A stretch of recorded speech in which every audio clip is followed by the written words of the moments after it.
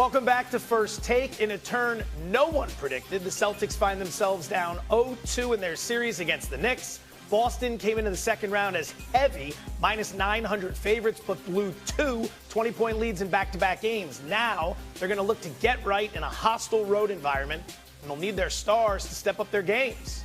Jason Tatum has struggled so far in this series, going 12 for 42 from the field while averaging just 18 points per game. Tatum's 29% field goal percentage in the first two games of this series is his worst percentage over a two-game span in his career when attempting at least 40 shots. Tatum took accountability for it yesterday. I take full ownership on the way that I've played in this series. And, can't sugarcoat anything. I need to be better. And, I expect to be a lot better. I take responsibility for us not at least getting a shot up at the end of the game.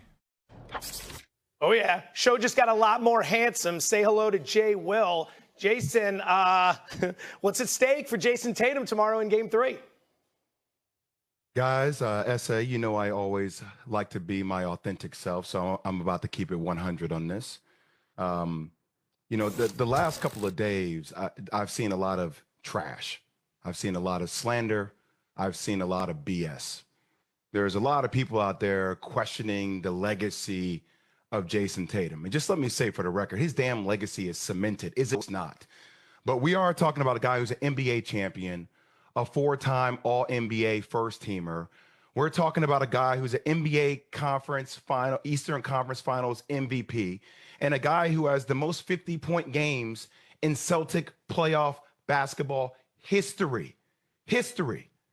So seeing people out there talking about, well, this is what Steve Kerr was talking. This is the narrative that's BS, man. Stop. Lose me with all that. Is there room for improvement from Jason Tatum?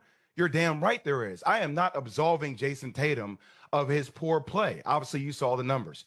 29% from the field, 25% from the three-point line. But the last series, my man did average 31 points per game. So is there a lot to compete for him to continue to chase the next iteration of his legacy? Sure. But people out there that try to tie these loose-ended narratives, Stephen A., about, he's so passive and he's not really the guy that could be the face.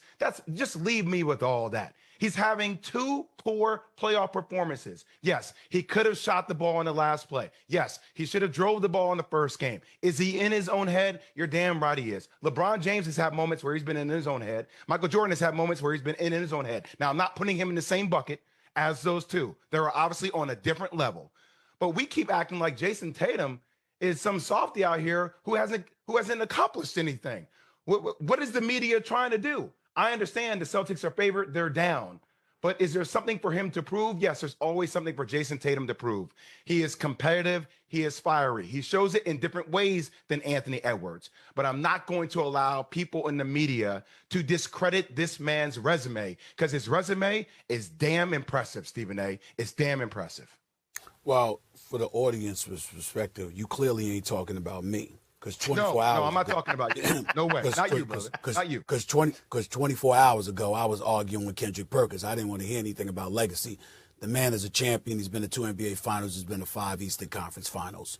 All right? He's a full-time All-NBA first-teamer. I don't want to hear that about legacy, especially when he's already got a banner hanging in the rafters for TD Bank Garden above the parquet floor. Having said all of that, Jay, I totally agree with you for the most part. I didn't have a problem with the Steve Kerr thing, though, only from this perspective. I knew that he deserved better. In other words, to not play is one thing, but for somebody to walk up to this quality of play and say, I don't know if I'm going to be able to find time for you before the game even begins. It's something that I struggle with. Me and Wendy have gone back and forth with that because I thought he deserved better than that. And I think that we walked into this postseason recognizing what he was going to do during the regular season, and that come playoff time, he was going to take it to another level because this reigning defending NBA champion had something to prove because he had a chip on his shoulders. In other words, we expected better from Jason Tatum. Jason Tatum just expected better from Jason Tatum.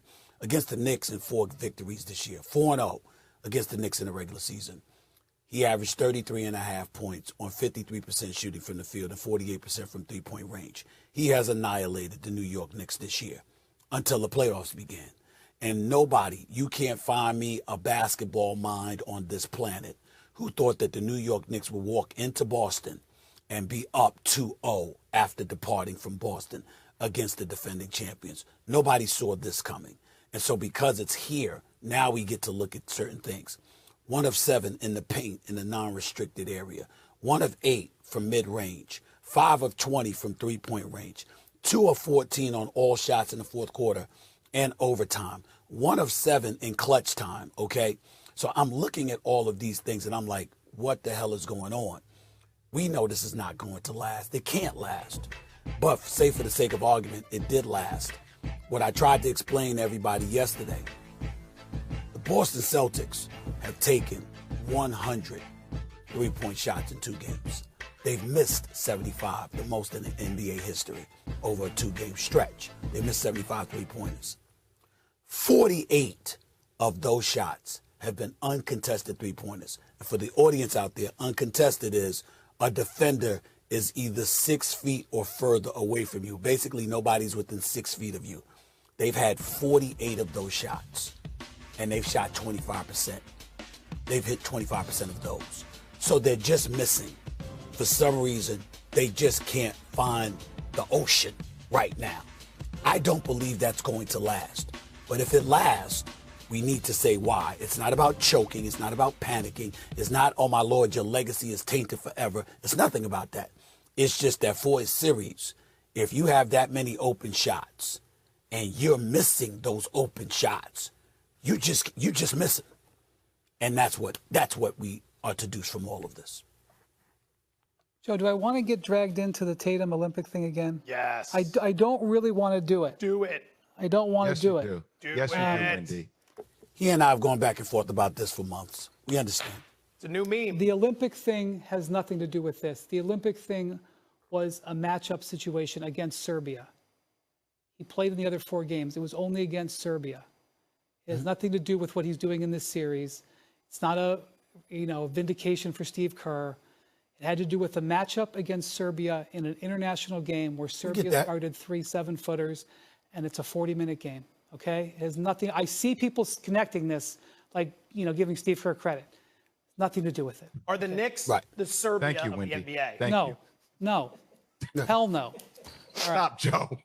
I've been around long enough where do you know how many times I've dragged my backside to Boston in my 20-year career in the playoffs?